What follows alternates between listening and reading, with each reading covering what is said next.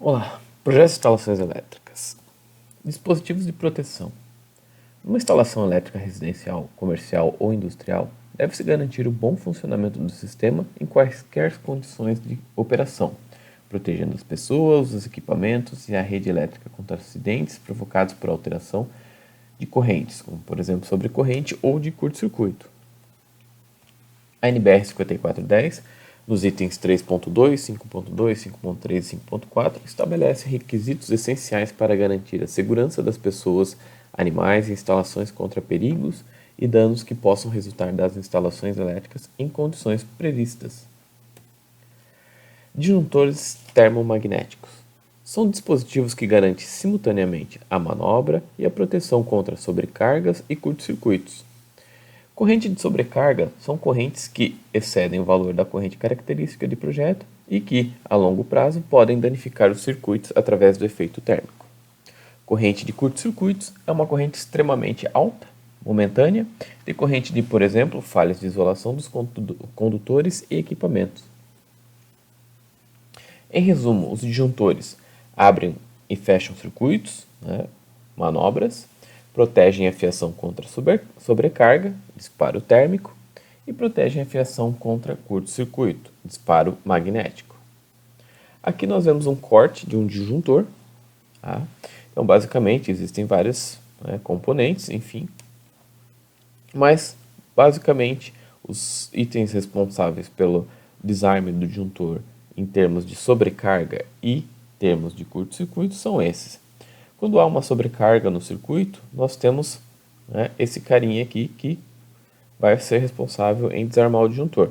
Nada mais é que uma lâmina, um bimetálico, ou seja, uma chapinha composta de dois metais de diferentes coeficientes de dilatação, que com o decorrer do tempo, decorrente da passagem de uma corrente, quando a corrente estiver passando acima do valor nominal do disjuntor, vai ter um efeito térmico e essa lâmina aqui ela vai arcar, fazendo com que abra o circuito, dispare aqui o gatilho e abra o circuito, por dilatação térmica de coeficientes diferentes.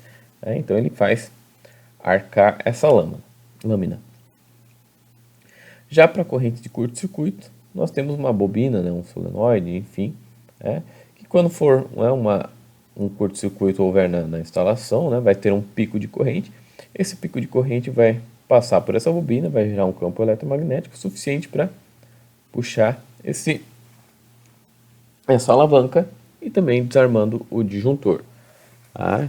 Obviamente tem outras partes, temos os encaixes para o formato DIN, por exemplo, nossos parafusos de contato com os condutores, câmara de extinção, o circuito de gatilho. Então esses são os componentes básicos de um disjuntor termomagnético convencional.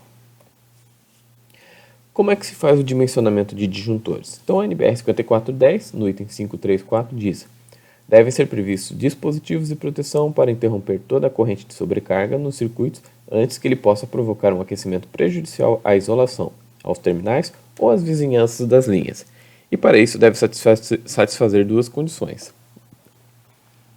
A primeira é: a corrente nominal do disjuntor deve ser maior ou igual à corrente do projeto, e menor ou igual à corrente que o condutor suporta. E também a corrente de disparo, convencional de disparo, tem que ser menor que 1,45 vezes a corrente que o meu condutor suporta.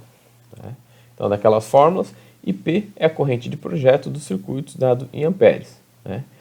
Na NBR 5410, o IP é simbolizado pelo IB. IN é a corrente nominal do disjuntor, é aquela corrente que está descrita no corpo do disjuntor. E Z é a capacidade de condução de corrente dos condutores, de acordo com a forma de instalação, da temperatura ambiente, porque a gente já fez esses cálculos anteriormente. E 2 é a corrente que assegura efetivamente a atuação do disjuntor. Na prática, é considerada a corrente convencional de atuação para os disjuntores. Então, I2 é uma corrente que necessariamente, que depois de um certo tempo, o disjuntor tem que ser garantidamente atuar. Então, visualmente falando, o que aquela inequação mostra? Então, Aqui nós temos a corrente nominal do disjuntor, aquela que está lá descrita no botãozinho do disjuntor. Tá? O I2 é a corrente de atuação do disjuntor, ou seja, é aquela corrente que com certeza, né, depois de um certo tempo, vai fazer o meu disjuntor atuar, né, normalmente a corrente de sobrecarga.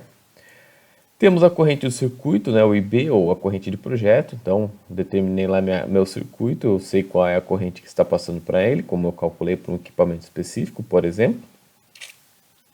E a corrente nominal do fio, né, a corrente aí que um condutor pode suportar, dependendo da bitola, dependendo do método de instalação, dependendo da temperatura ambiente. Então, o que tem que ser? Então, a minha corrente de circuito é a menor de todas, né? Vamos dizer ele que olhando nesse eixo aqui, aqui do zero para cima, vai aumentando. Tá?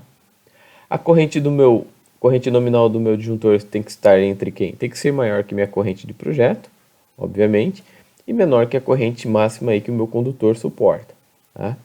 Se esse meu IN, minha corrente do disjuntor, for menor que o IB, o que acontece? Toda vez que eu ligar, o disjuntor cai, né? Aquele exemplo clássico lá do chuveiro.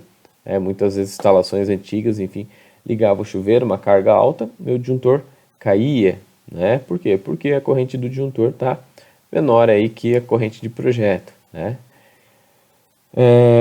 Que mais? Meu I2, né? Minha corrente lá de atuação, né? Convencional de atuação, tem que ser o que? Estar menor, né? Que 1,45 aí, que é a corrente do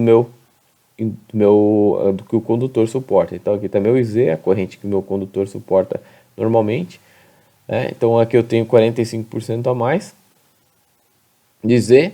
Essa minha corrente de atuação convencional do disjuntor tem que ser menor que esse carinha aqui, justamente para defender e proteger meu circuito aí dos efeitos térmicos. Aqui são as curvas dos disjuntores, né? Então a IEC 60898 define para disparo instantâneo geral magnético as faixas de atuação. Então tem algumas classes de disjuntores, B, C e D. A B, então, de 3 a 5 vezes a corrente nominal do disjuntor. Então, para cargas resistivas, por exemplo, de 5 a 10 motores e fornos de indução e 10 a 20 transformadores. Então, a gente tem essas curvas clássicas aqui. Então, aqui no eixo vertical nós temos o tempo, então partindo de segundos e depois já entra para minutos. E aqui no eixo horizontal nós temos a corrente. Então, por exemplo, aqui na classe B, se eu acompanhar esse carinha aqui, que vai de 3 a 5 a corrente nominal, então até partindo de 3 aqui, meu disjuntor não tem que cair, a corrente dele, uma vez a nominal aqui, infinitamente aqui ele não tem que atuar. Então começa a aumentar minha corrente nominal, a passar da minha corrente nominal, aí minha curva começa a aparecer. Então quando eu chego, por exemplo, de uma vez até 3 vezes a corrente nominal do disjuntor, o que vai acontecer? Ele já vai partir aqui, entrar na curva de atuação. Então, por exemplo, se eu estou aqui, vamos supor que seja 4 vezes a corrente nominal aqui no de B. Então ele tem aí que pelo menos atuar aí a praticamente 10 segundos, esse cara tem que efetivamente atuar. E assim por diante. Por exemplo, eu tenho aqui da classe D, que se eu tenho 20 vezes a corrente nominal, em 1 segundo ele tem que atuar. Então, aí esse 60898 mais explícita define corrente nominal como a corrente que o disjuntor pode suportar em regime ininterrupto a uma temperatura referência especificada. A norma considera 30 graus Celsius como temperatura ambiente de referência e indica os seguintes valores preferenciais de correntes de disjuntores comerciais. Então aqui está uma listinha aí dos valores padronizados de corrente: 6, 10, 13, 16, 20, 25, 32, 40, 50, 63, 80, 100 e 125 amperes aí para os mini disjuntores. Então aqui para disjuntores termomagnéticos, então aqui até e incluindo 63 amperes a corrente do meu disjuntor. Então a corrente convencional de não atuação é 1,3 a corrente nominal, ou seja, até 1,13 ainda meu disjuntor não vai atuar. Apesar de eu ter minha corrente nominal, mas eu tenho esse valor aqui que, correspondente que não vai atuar. Mas o meu I2 é aquela corrente convencional de atuação, então, ou seja, se eu estiver passando no meu condutor pelo disjuntor, 1,45 a corrente nominal do disjuntor. Esse disjuntor aí tem que desarmar aí no máximo em 1 hora. Então, nesse limite aí de 1 hora, esse disjuntor vai ter que derrubar, ter que cair, vai ter que desarmar. Disjuntores para maiores, correntes nominais maiores que 63, ele também tem essa corrente convencional de atuação, 1,45 iene, mas ele tem até 2 horas aí para acionar. Um exemplo, dimensionar o disjuntor de proteção de um circuito de chuveiro, 5.400 watts a 220 volts, com condutores de 4 mm² de cobre PVC, instalados em eletroduto embutido em alvenaria, método B1, sendo 30 graus Celsius temperatura ambiente. Então, minha corrente de projeto, eu tiro aqui pela potência, 5.400 dividido por 220, supondo aí fator de potência igual a 1. Então, eu tenho uma corrente de projeto de 24,5 amperes. A corrente que meu condutor suporta, tirando lá da tabela de capacidade de corrente, método de instalação, método B1, 2 condutores carregados, enfim, a gente vai encontrar lá que para um fio de 4 mm² de cobre PVC, ele suporta uma temperatura de 32 amperes.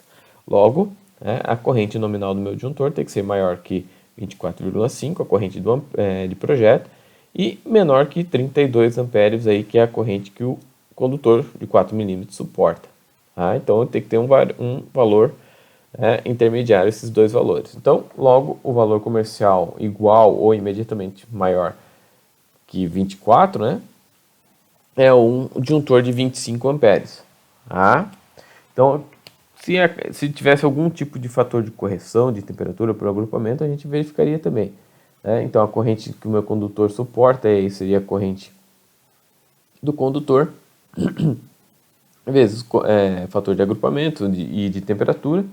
No caso aqui, é só um circuito e a temperatura é a mesma da norma, então não tem nenhuma correção. Então, continua aí 32 amperes aí meu IZ.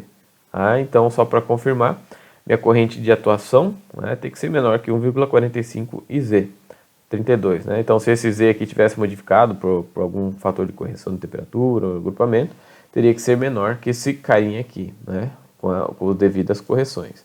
No caso aí, 25 é menor que 32, maior que minha corrente de projeto, Então, teoricamente, esse cara está bem definido, Apesar de ele estar bem próximo aqui, é o valor comercial mais que aceitaria os dois limites aí do nosso disjuntor. Tá certo? Então, já com esse conhecimento aí, você já pode começar a calcular aí os disjuntores dos circuitos que vocês determinaram para o projeto. Tá certo? Obrigado pela atenção e